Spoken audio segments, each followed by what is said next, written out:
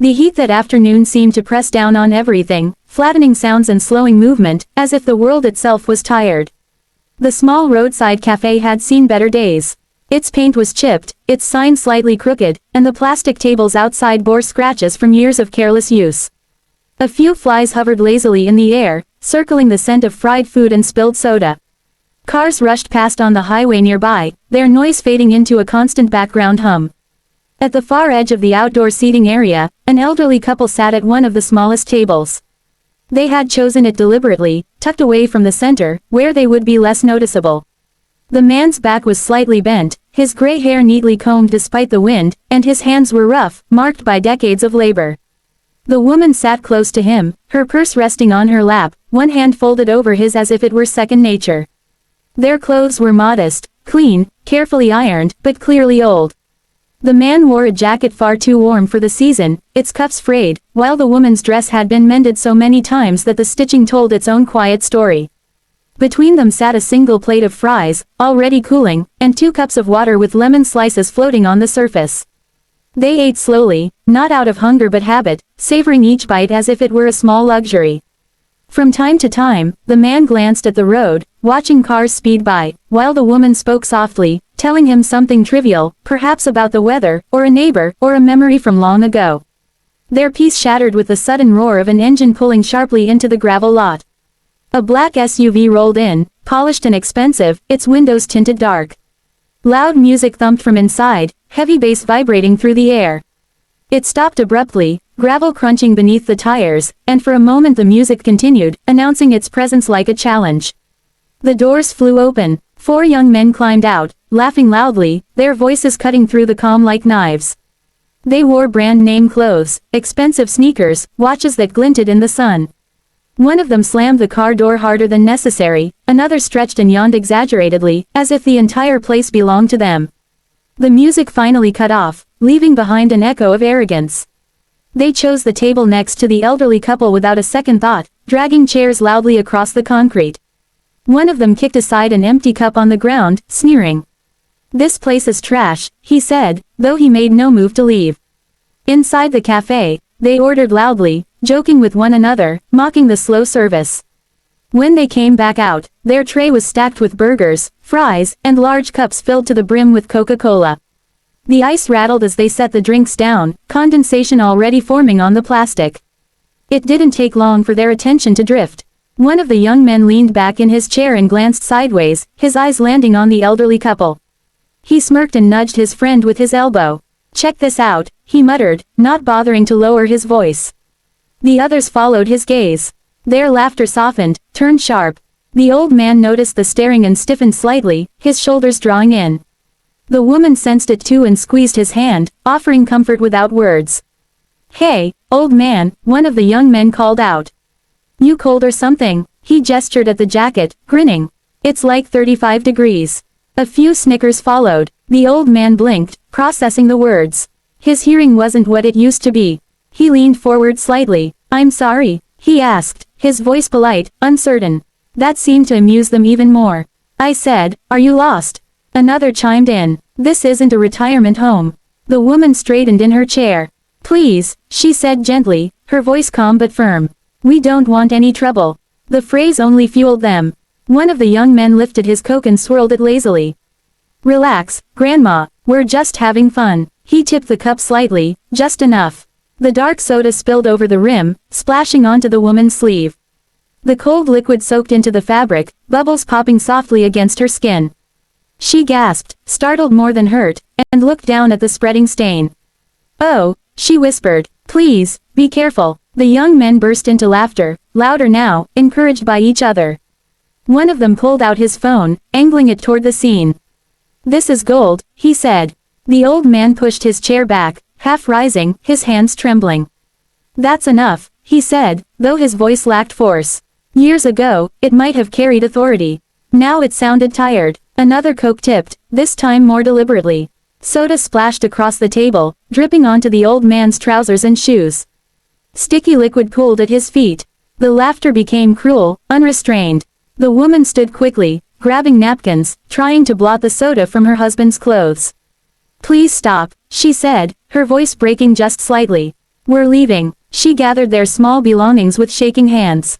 The old man stood fully now, his face flushed, eyes downcast. He looked around briefly, perhaps hoping someone would intervene. A few other customers stared uncomfortably, then looked away. No one spoke. From behind the cafe counter, the owner watched, his jaw clenched, torn between stepping in and fear of escalation. The moment stretched, heavy and shameful. Without another word, the elderly couple turned away. The woman supported her husband as they walked slowly toward the edge of the lot, soda dripping from their clothes, shoes sticking slightly with each step. They did not rush. They did not argue. They simply endured. Behind them, the laughter slowly faded as the moment lost its novelty. The young men returned to their food, still smirking, unaware, or unconcerned, that something irreversible had just happened. As the couple reached the sidewalk, the old man paused briefly, steadying himself. Sunlight caught on a simple metal ring on his finger, worn thin by time. He took a breath, squared his shoulders, and continued walking. At that exact moment, a black pickup truck rolled into the parking lot and came to a stop. Its engine cut off sharply, too deliberately. The driver's door opened, and everything was about to change. The pickup truck's engine went silent, leaving behind an abrupt emptiness that felt heavier than the noise before it. The driver's door opened, and a man stepped out with a stillness that contrasted sharply with the careless energy of the cafe parking lot. He didn't slam the door or look around in confusion. He simply stood for a brief second, scanning the scene the way a trained mind absorbed details without effort. The sticky sheen on the ground near the tables, the half-empty Coke cups, the uneasy body language of a few nearby customers, and most of all, the elderly couple moving slowly toward the sidewalk with stained clothes and lowered heads. "Mom," the man said quietly, though the word carried enough weight to cut through the air. The old woman stopped as if time itself had tugged her backward. She turned, her eyes widening, disbelief flickering before recognition settled in. "Daniel," she whispered, her voice trembling between shock and relief. He crossed the distance in long, purposeful strides. There was nothing rushed about his movement, yet every step carried intent. When he reached them, he gently took his mother's arm, then looked at his father. His gaze lingered on the dark stains soaking into their clothes, the soda still dripping slowly from the hem of his father's trousers. "What happened?" he asked, though his tone suggested he already knew. His mother shook her head quickly. "It's nothing," she said, the way mothers often did when protecting their children, even grown ones. "Just an accident." Daniel didn't respond immediately. He placed a steadying hand on his father's shoulder, feeling the familiar solidity beneath the thin fabric. His father met his eyes, pride and shame warring silently in his expression. No words were exchanged, yet a lifetime of understanding passed between them. "Get in the truck," Daniel said softly. "Both of you. I'll handle this." "There's no need," his mother began. "I know," he replied gently. "Please." They hesitated only a second before obeying. Daniel opened the passenger door for them, helped his father in first, then his mother, adjusting her seatbelt with the same care he once used when he was a boy. He closed the door quietly, resting his hand on the frame for a brief moment, breathing in and out, slow and controlled. Then he turned around. The laughter at the table had died down, replaced by distracted chewing and half-hearted jokes. One of the young men noticed Daniel walking toward them and nudged the others.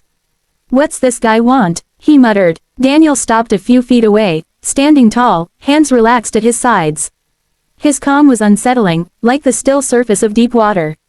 "Which one of you thought it was funny?" he asked, his voice low and even. One of the young men scoffed, wiping his mouth with a napkin. "Funny? Man, chill out. It was just a joke." Daniel nodded slowly, as if considering the word. "A joke," he repeated. He reached into his pocket and pulled out his phone, tapping the screen once. The camera light turned on. "Good. Then you won't mind being remembered for it." Their smirks faltered. Another shifted in his chair. "You recording us now? That's weird." Daniel didn't answer. He angled the phone slightly, capturing the spilled drinks, the sticky ground, their faces. Then, with a deliberate motion, he lifted the hem of his shirt just enough to reveal the tattoo etched into his side, a trident, sharp and unmistakable. The effect was immediate. One of the young men went pale. Another straightened abruptly, eyes fixed on the symbol. They might not have known much, but they knew that. Everyone did. "My parents," Daniel said calmly, letting his shirt fall back into place, "left their country with nothing. They worked until their backs bent and their hands cracked. They taught me respect, discipline, and restraint." His eyes moved from one face to another. I learned the rest in the Navy. Special operations. No one laughed now. The air felt thick, suffocating. This, Daniel continued, gesturing at the table, the spilled soda, the phones, isn't bravery. It's cruelty. And cruelty always has a price. One of the young men swallowed hard. Look, man, we didn't mean anything by it. Daniel's gaze locked onto him. You poured drinks on two people who couldn't defend themselves, he said. That's meaning something. He took a step closer, not invading their space, but close enough that they felt the weight of him. I know your vehicle, he added casually, glancing toward the SUV. I know your license plate. And this cafe has cameras. He paused. You're lucky my parents just want to go home. Silence stretched painfully long. One of the young men stood up awkwardly. We're sorry, he said, his voice shaky. Okay, it was stupid. Daniel tilted his head slightly. Apologize to them, he said, nodding toward the truck. They hesitated, pride warring with fear, but one by one they stood and shuffled toward the pickup. Daniel followed a few steps behind, watching closely. The cafe owner emerged from inside, sensing the shift, but said nothing. The young men stopped beside the truck. One of them cleared his throat. We're sorry, he said, staring at the ground. The old woman rolled down the window a few inches.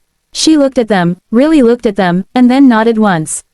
I hope you learn kindness, she said softly. The old man said nothing. He simply met their eyes, his gaze steady, unflinching. Daniel watched their exchange, then nodded once. That's enough. He turned back to the group. You'll remember today, he said quietly. Not because of me, because of how small you chose to be. He paused. Do better. Without another word, he returned to the truck, climbed in, and started the engine. As they drove away, the cafe grew silent. The young men stood frozen, their food untouched, the weight of shame heavier than any threat. The pickup merged onto the road, sunlight reflecting off its windshield. Inside, Daniel's mother reached over and placed her hand on his arm. Thank you, she whispered. Daniel shook his head slightly, eyes fixed on the road. No, he said, thank you, for teaching me when to stand still, and when to step forward. The truck disappeared down the highway, leaving behind a lesson etched deeper than spilled soda, one that would linger long after the parking lot dried.